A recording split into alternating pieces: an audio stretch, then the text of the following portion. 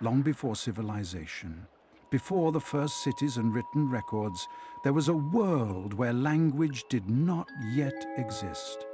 Early humans roamed vast landscapes, hunting, foraging, and surviving in small bands.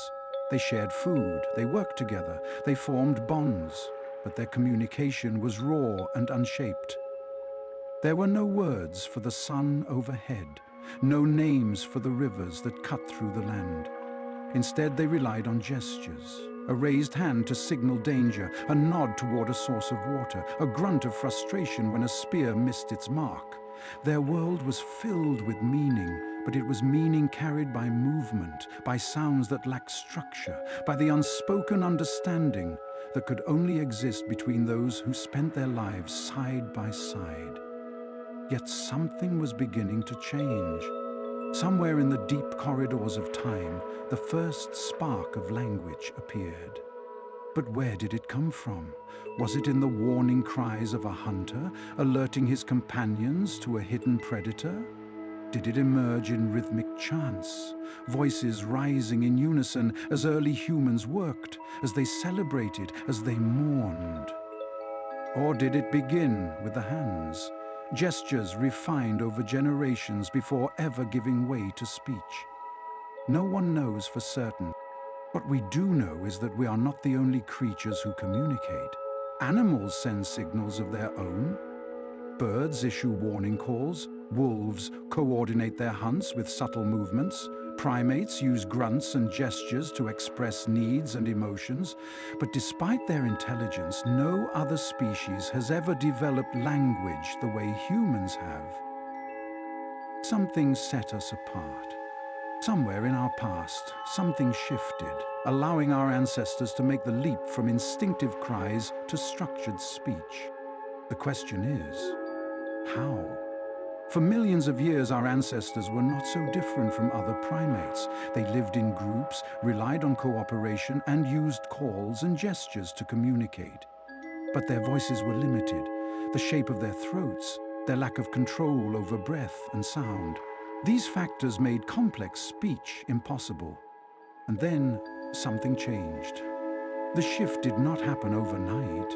It was slow, gradual, an evolution that took place over hundreds of thousands of years. But as early humans developed more advanced tools, as they coordinated in larger groups, as their brains expanded, and their survival became ever more dependent on cooperation, their communication had to evolve with them. The human vocal tract transformed. Unlike chimpanzees, whose larynx sits high in the throat, early humans experienced a shift. Their vocal cords moved lower, allowing for a greater range of sounds. This change came at a cost. It made choking more likely, but it gave something far greater in return: the ability to shape breath into vowels and consonants, to form distinct words, to speak. But the voice alone was not enough. Speech requires more than just the ability to produce sounds. It requires a brain that can shape those sounds into meaning. And this is where another remarkable transformation took place. Deep within the folds of the early human brain, a new kind of intelligence was forming, the part of the mind responsible for recognizing patterns, for connecting sounds with ideas, for holding on to memories and sharing them with others. It was expanding. And with it, so was the ability to create something no other species had ever truly possessed: symbolic thought. The moment a sound became more than just a sound, when it became a name, a command, a piece of shared knowledge, language was beginning to take shape. But it was still fragile. A single generation could invent words, but if those words were not passed on, they would disappear. True language could only take root if it became part of the culture, if children learned it from their elders, if it became woven into the fabric of survival itself. And so, slowly, word by word, generation by generation, language was born. With the ability to shape sounds into meaning, humanity had taken a critical step forward. But language, as we know it today, is not just about making noises. It is about structure, about rules, about the ability to build thoughts upon thoughts. This is where another question arises. Did language evolve all at once, in a single leap? Or did it emerge in layers, each generation adding complexity to what came before? Some researchers believe in a proto-language, a kind of halfway stage between simple calls and full speech. This early form of communication may have lacked proper grammar, relying on strings of basic words to convey meaning. Instead of saying, "I saw a lion near the river today," a proto-human might have uttered something like, "Lion, river, danger." The message was clear, but the structure was primitive. Others argue that grammar, the invisible framework of language, was not something added later. It was there from the very start, hardwired into the human brain, a hidden blueprint waiting to be activated as soon as words began to flow. Regardless of how it emerged, grammar gave language its power. With rules, words could be arranged in endless combinations, creating nuance, depth, and precision.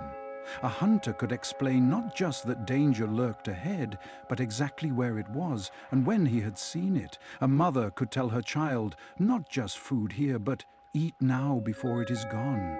A community could speak not just about the present, but about the past and the future.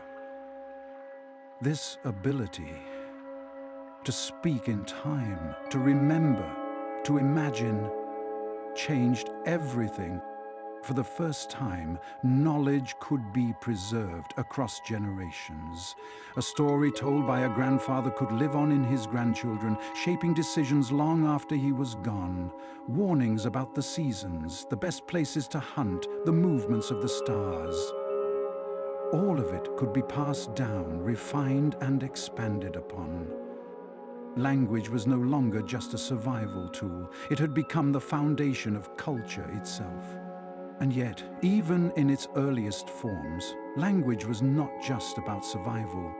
There is something else, something deeper, that has always driven humans to speak.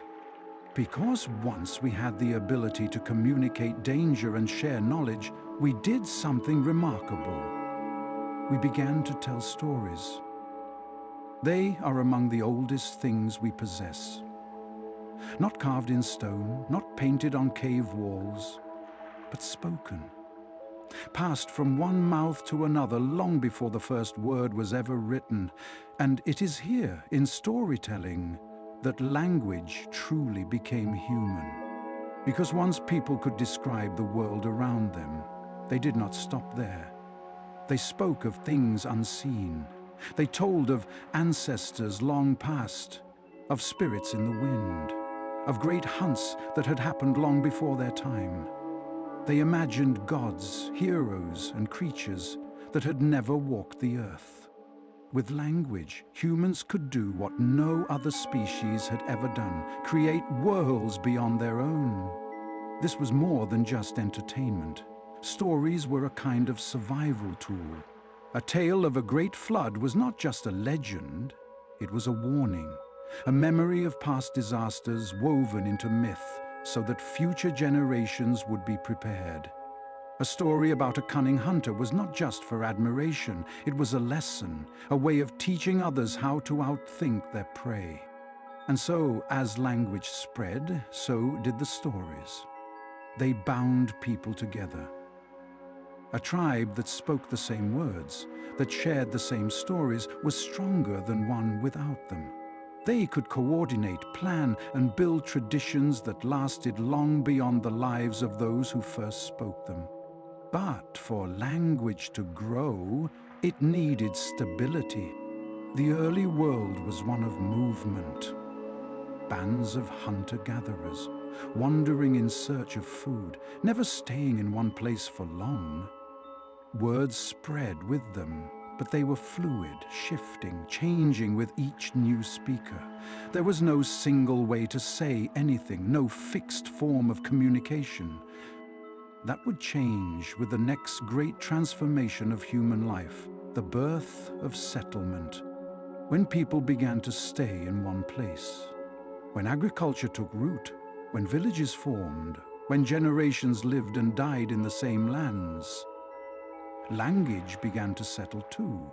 Words became traditions, dialects turned into distinct languages, and slowly, from the shifting sands of speech, the first great tongues of the world began to take shape. Language had taken root. No longer just a fleeting collection of sounds and gestures, it had become something more. Structured, stable, woven into the daily lives of those who spoke it. But even as words became traditions and dialects formed into distinct languages, they did not stay the same. Because language, by its nature, is always changing. Imagine standing in an ancient village, listening to the voices of its people, the words they use, the way they form their sentences. It is familiar yet different. If you were to return 1,000 years later, those same people, now their descendants, would sound like strangers. Their words would have shifted, some lost, some reshaped, new ones appearing to replace those that had faded. And this change was not random. As human societies grew more complex, so did their need for new words. Farming brought with it an explosion of vocabulary. Names for crops, for tools, for the seasons that dictated life and death. Trade introduced new ideas as merchants carried not just goods, but languages across vast distances, blending words from different cultures. And with the rise of kings and rulers, of cities and laws, language became more than just a way to communicate, it became power itself. Those who controlled language controlled knowledge. To speak the language of rulers was to have access to trade, to law, to the highest levels of society. And so, languages began to split, not just by region, but by class. The words of common laborers and farmers drifted apart from those of scholars and kings. Some dialects flourished, while others faded into obscurity. And in this great divide, something else was happening. A new force was emerging, one that would change the course of language forever. The first written words. It began as marks in the earth, as notches on bone, as symbols carved into wood and stone. Long before full sentences were ever written, humans found ways to capture meaning in physical form. But the first true writing systems, ones that could record speech itself, would take time to emerge. The earliest examples we know of come from Mesopotamia, where ancient Sumerians pressed wedge-shaped marks into clay tablets. This was cuneiform, one of the first great scripts, a system of symbols that could represent objects, numbers, even abstract ideas. It was not yet a full representation of spoken language, but it was a beginning. In Egypt, another system developed, hieroglyphs, a script that blended pictures with phonetic symbols, allowing scribes to record the deeds of pharaohs, the prayers of priests, the transactions of merchants. Meanwhile, in China, oracle bone script appeared. Characters carved into turtle shells and ox bones, used for divination and record-keeping. These early scripts were not meant for everyone. Writing was a skill of the elite, a tool of rulers, priests, and scribes. To be literate was to have access to power, to history, to knowledge that could be preserved beyond a single lifetime. And with writing came another great shift in language itself. Spoken words are fleeting. They shift with time, with region, with memory. But written words can be fixed.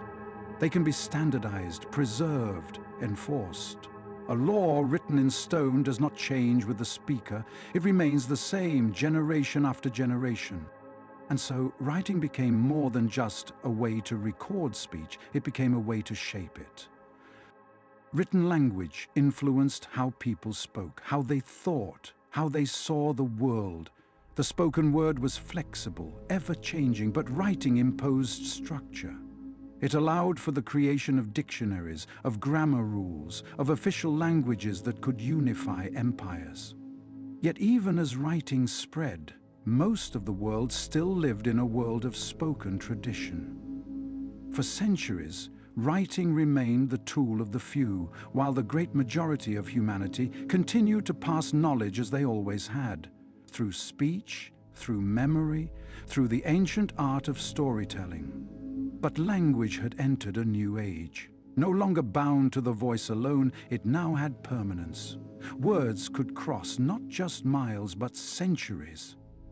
And as civilizations rose and fell, so too did their languages, splitting, merging, evolving with each new era. With the birth of writing, language had gained something it never had before: permanence. Words that once vanished with the breath that spoke them could now last beyond a single lifetime, carved into stone, inked onto papyrus, etched into clay. But even as writing spread, spoken language continued to evolve. No language stays the same forever. Even the most carefully recorded words shift with time, bending under the weight of history, of conquest, of migration. Words disappear. New ones are born. Meanings twist and reshape themselves.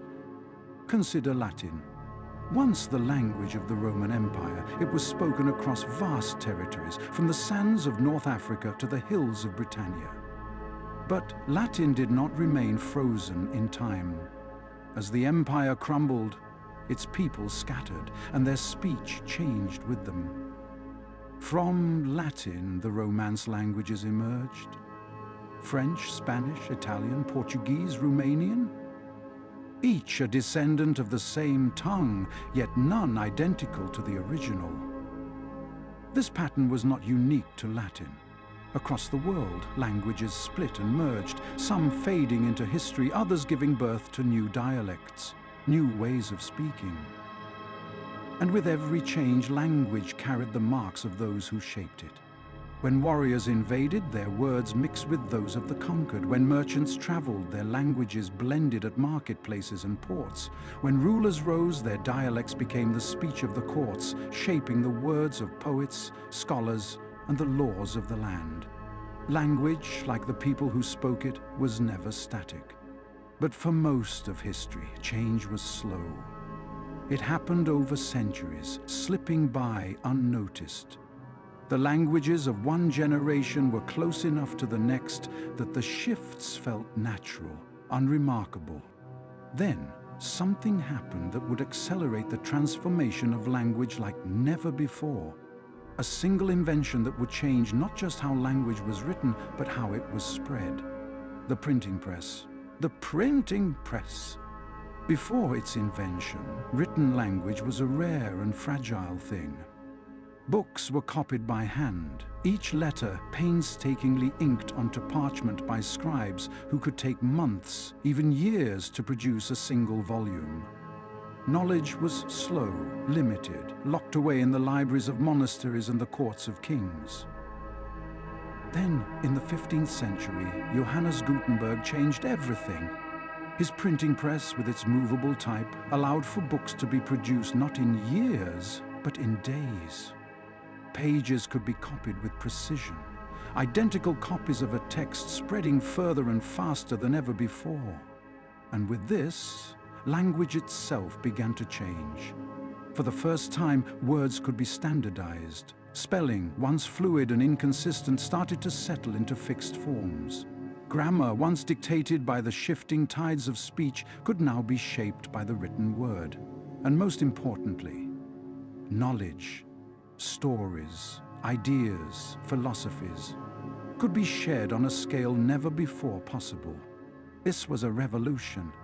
The printing press helped create national languages, unifying scattered dialects into something more structured, more official. In England, the works of Shakespeare and the King James Bible cemented the foundations of modern English. In France, literary and political writings set the rules for French as we know it today. But something else happened, something no ruler or scholar could have predicted. As books became more available, as literacy spread beyond the elite, ordinary people gained a voice. They wrote, they read, they debated. New words entered the language, not from the scholars and scribes, but from the streets, from the taverns, from the everyday lives of common folk. The printed word did not just preserve language, it democratized it. And as books, newspapers, and pamphlets traveled across borders, so did ideas. Revolutions were sparked by the words of philosophers. Religious movements rose and fell on the strength of the printed sermon. Science leapt forward as discoveries were shared, corrected, and built upon. Language had become more than a tool. It was now a force that could shape the world itself. And as the centuries passed, that force would only grow stronger. Because just as the printing press transformed language once, a new invention was on the horizon, one that would change it yet again. The birth of the digital age. For thousands of years, language was spoken, then written, then printed. Each transformation changed how people communicated, how they preserved knowledge, how they shared ideas. But nothing would alter language as profoundly as the modern world. The digital revolution arrived not with a single moment, but as a wave, reshaping language at a speed never before seen. It began with the telegraph, then the telephone, allowing words to travel beyond the limits of the human voice. Then came radio, amplifying speech, turning voices into something that could be broadcast across entire nations. And then, television. For the first time, language was not just heard but seen in real time. Accents that had once been isolated to small regions spread across entire countries. Slang and new expressions, once confined to local communities, could now be adopted by millions overnight. But none of these changes would compare to what came next: the internet. For all the power of the printing press, books still took time to write, to print, to distribute. Even radio and television had their limits, controlled by broadcasters, shaped by governments and media institutions. But the internet was different. It allowed language to spread without barriers. Instant communication, unlimited information, a world where anyone, anywhere could create, share, and alter language in real time. And so, language evolved at a pace never before seen. New words emerged daily. Old rules of spelling and grammar were bent, reshaped, sometimes discarded entirely. Social media, messaging apps, and online forums created their own dialects, their own shorthand, their own ways of speaking that had never existed before. But in this new era, something strange was happening. For the first time in history, language was both expanding and shrinking. The number of spoken languages in the world, once estimated in the thousands, was beginning to decline. As globalization connected people across continents, some languages thrived while others faded, spoken by fewer and fewer people, until they disappeared entirely. At the same time, a new kind of language was rising, one that wasn't spoken at all. The language of machines, the language of machines. For most of human history, language was the domain of people, created, spoken, and shaped by human minds. But as computers entered the world, they brought with them something new, a way of communicating that did not rely on speech at all. At first, computers spoke only in numbers, binary code, long strings of ones and zeros that no human could easily understand. But soon, humans created programming languages, structured, logical, rule-based systems that allowed people to communicate with machines in a way they could control. And as machines learned to process human language, something even more extraordinary happened. Computers began to understand us. The rise of artificial intelligence and natural language processing meant that for the first time, machines could not just store and transmit language, but interpret it, respond to it, even generate it. Chatbots, voice assistants, real-time translation software, these were not just tools. They were reshaping how humans interacted with language itself. Once, learning a new language required years of study, immersion, and practice. Now, with the click of a button, anyone could translate a phrase, a sentence, an entire book into another language. And though these translations were not perfect, they were changing how humans connected across cultures. But machine language was not just about translation. It was creating something entirely new, immersive. At first glance, they were nothing more than symbols, a modern twist on the pictographs of ancient civilizations, but they quickly became a language of their own, a universal form of expression that could convey emotion, nuance, even entire thoughts, without a single spoken word. And beyond emoji, the rise of the internet had birthed a new way of speaking altogether. Text messaging, social media, online forums, these were places where language evolved at a breakneck pace. New slang, abbreviations, memes, inside jokes that could spread across the world in an instant. Words were being invented, repurposed, changed by the second. And so, in the modern world, language had become something both ancient and entirely new. It was still spoken, still written, still evolving. But now, for the first time, it was no longer bound by human voices alone. Language had always been shaped by the tools humans used to share it, from the first spoken words to the printing press to the digital age. Each new technology left its mark. But now, in the 21st century, something different was happening. Language was no longer just evolving, it was being engineered. Algorithms now shape the words we see. Search engines decide which phrases rise to the top. Social media platforms amplify certain ways of speaking while burying others. Autocorrect and predictive text subtly guide our fingers, nudging our sentences into forms that are not entirely our own. And artificial intelligence, once a tool for translation, is now creating language itself. AI-generated text can mimic human speech, write essays, compose poetry, even craft entire conversations. Some of it is indistinguishable from words written by human hands. Some of it is crude, awkward, clearly artificial. But the trajectory is undeniable. Machines are no longer just processing human language, they are participating in it. And with that comes a question humanity has never had to ask before. Who owns language? For most of history, language belonged to the people who spoke it. No one controlled it, no one dictated how it had to be used. Even when rulers and scholars tried to set rules, declaring what was proper and what was not, language always found ways to evolve beyond their reach. But now, in a world where language is shaped by corporations, by algorithms, by artificial intelligence, that balance is shifting. What happens when an AI model trained on the language of millions starts generating ideas of its own?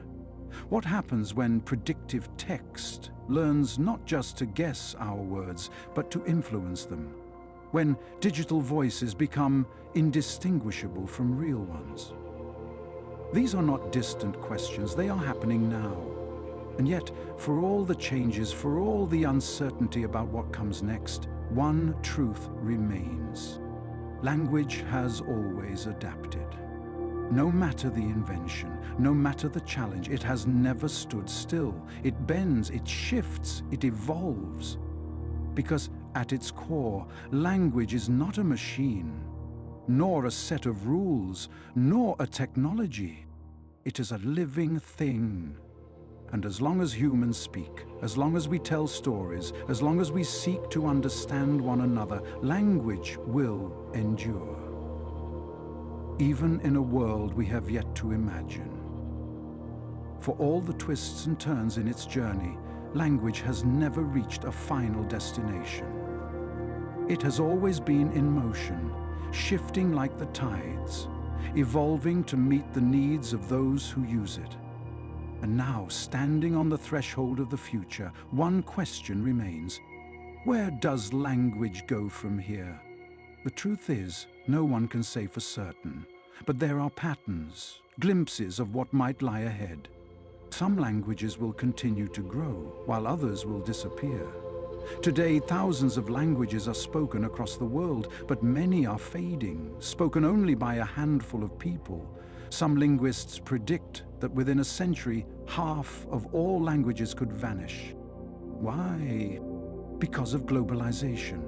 As the world becomes more connected, a few dominant languages, English, Mandarin, Spanish, are becoming the primary means of communication. Smaller languages lacking written forms or digital presence struggle to survive. But even as some languages fade, new ones emerge. Creoles, hybrid dialects, internet-born slang, these are the natural offspring of an interconnected world. Just as Latin gave birth to the Romance languages, the languages of today will evolve into something new.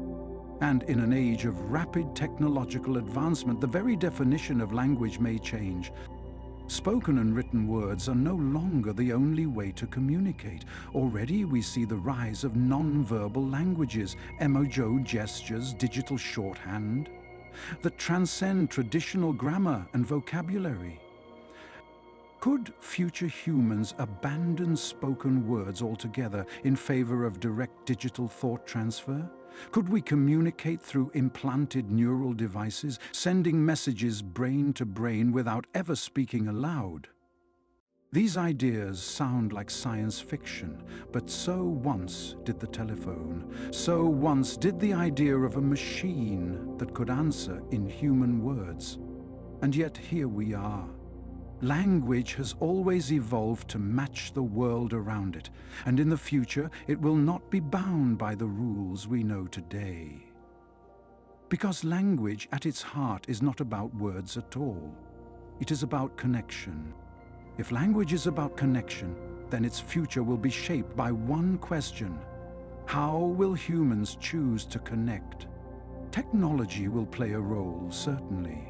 Machine learning, artificial intelligence, and neural interfaces may redefine how we communicate. Some predict a future where language becomes almost obsolete, where thoughts and emotions are transmitted directly from mind to mind, bypassing words entirely. But is that truly language? Or is it something else? For millennia, language has been more than just a means of communication. It has been a vessel for culture, a mirror of human identity. Every word carries history. Every phrase a trace of the people who spoke it before. If language were to become purely functional, nothing more than an efficient transfer of data, would something be lost? Already, we see signs of this transformation. Abbreviations, voice commands, algorithm-driven conversations. These strip language down to its most essential parts. They prioritize speed and clarity over depth and nuance. But at the same time, people resist. Poetry, storytelling, song, these endure, even in the digital age. No matter how efficient language becomes, humans still seek beauty in words, still crave the power of metaphor, still long for meaning beyond the literal. And so the future of language may not be a battle between technology and tradition. Instead, it may be something more familiar: adaptation.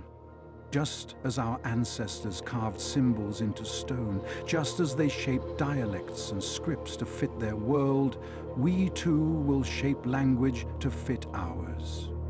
Some words will disappear, others will be born. New ways of speaking, of writing, of expressing ourselves will emerge. But in the end, the essence of language will remain unchanged. Because no matter how much the world transforms, no matter how advanced technology becomes, no matter what tools we use to share our thoughts, we will always need to speak. We will always need to listen. And we will always need to understand one another. That is the story of language. Not a static invention, not a perfect system, but a living, breathing force, shaped by us and shaping us in return.